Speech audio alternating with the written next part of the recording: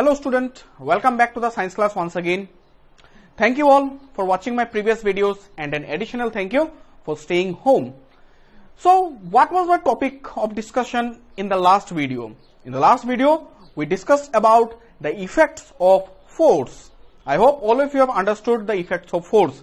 So today we are going to discuss about one more topic based on force, that is pressure. Okay, so don't get confused by the term called pressure. Pressure and force, they can be categorized as a similar thing only. Okay, you are very well familiar with the term called force. Now what is this pressure? While applying the force, okay, if you consider an area, okay, while applying the force, if you are considering an area, then you will call that application of force as pressure only. Is it clear? What is pressure? Pressure is defined as the force acting on a unit area. Okay, pressure is also a kind of force. Clear? While we were explaining about this force, I did not mention about any term called area. Now when you apply the force on a unit area, on a particular area, then that application of force is called as pressure only. Is it clear? Example, this is that particular area. How much force you are applying into that particular area, that application of force will be called as pressure. Is it clear? So pressure is defined as the force acting on a unit area. Still, if you are having confusion in understanding the pressure, pressure is simply what? Force divided by area. Force per unit area or force divided by area is called pressure only. Clear everyone? So pressure, the formula of pressure is this one. Pressure is equal to force by area. So what is the SI unit of force? The SI unit of force is Pascal. Pascal. Okay, this is the SI unit of force. 1 Pascal equals 1 Newton per meter square. Clear? You just note it down in your copy. The SI unit of force is Pascal, and 1 Pascal equals how much? 1 Newton by 1 meter square. This 1 Newton is the SI unit of force, and this meter square is the SI unit of area. So 1 Newton by 1 meter square is equal to 1 Pascal. I hope you have understood about pressure and you have understood about the SI units of pressure. Now let us see the effects of pressure now. So for a given force, smaller is the area of contact, higher is the pressure exerted on it. Let us understand this with the help of an example. What happens when you stand on a sand, okay, or on any loose soil?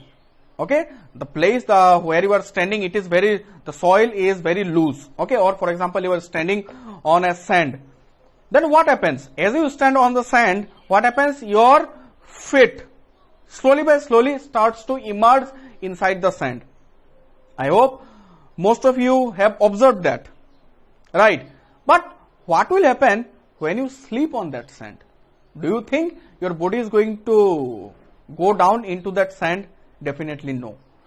Why is the case so different? In the first case, for example, this is that part of sand, this is the another case. Okay, in this first case you are standing on it. As you are standing on it,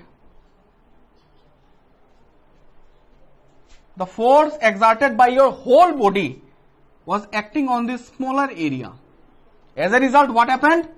Your feet went down inside that sand. It immersed into that sand. In the second case, when you will sleep on this portion, okay, the force that will be exerted by your whole body will be evenly distributed in this surface area.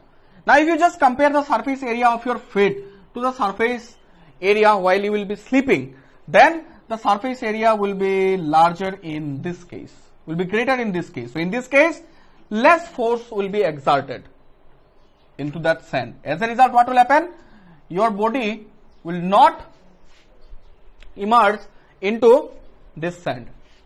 Clear everyone? So this is what your pressure is. Your pressure, larger is the surface area, the lesser is the pressure exerted. Smaller is the surface area, the more is the pressure exerted. So let us see the effects of a pressure on a particular area. The sky are given below are some illustrations. So I am just reading out the part from page number 182. The skier use a flat and long skies to slide on snow. This is because due to larger area, pressure exerted on the snow will be lesser and the skier can easily glide without sinking into the snow. What does the skier do? When they skies into the snow, then what does they do? They used to have flat and long skies to slide into it. The part with which they are sliding, it is known as sky. So, what is the appearance of all those skies? It is long and it is narrow. Why is that sky so long? It could have been short even. It is long so that the pressure that is exerted into that snow is less. If more pressure will be exerted, then the sky will go down into that snow only. Okay. Then let me read out one more here. One more one. All cutting instruments such as knife, blade, axes, picks, etc. are sharper at the cutting edge. All the cutting tools, why do they have sharper edge? So that more pressure can be exerted and the surface area should be lesser. So that the things can be cut very easily. Okay. So in short, what is the effect of pressure? If the surface area is larger, okay, then less pressure will be exerted. And if the surface area is lesser, then more pressure will be exerted. I hope you have understood about the effect of force. Then the next one, I have already discussed about the SI unit of pressure. Pressure exerted by fluid. Gases and liquids are collectively called as fluids. What is a fluid? A fluid is anything that can flow. So gases and liquids both are fluid. Yes or no? So based on that, I am going to discuss about atmospheric pressure. What is the meaning of this? Atmospheric pressure. The pressure exerted by the air at any point on the earth is called atmospheric pressure. The pressure exerted by the air at any point on the earth, that is, in short, the pressure exerted by the air is known as atmospheric pressure. I hope you have understood about atmospheric pressure. So you can just find it in page number 184. All gases exert pressure. Okay. Air is a mixture of gas, so air also exerts pressure on the earth, on everything on the earth. Even in fact, every matter exerts pressure, whether it is a solid, liquid or gas. Understood? So the pressure exerted by air at any point on the earth is called as atmospheric pressure. So in the next part, I am going to discuss about the barometer. Okay. Till then, stay safe. Thank you.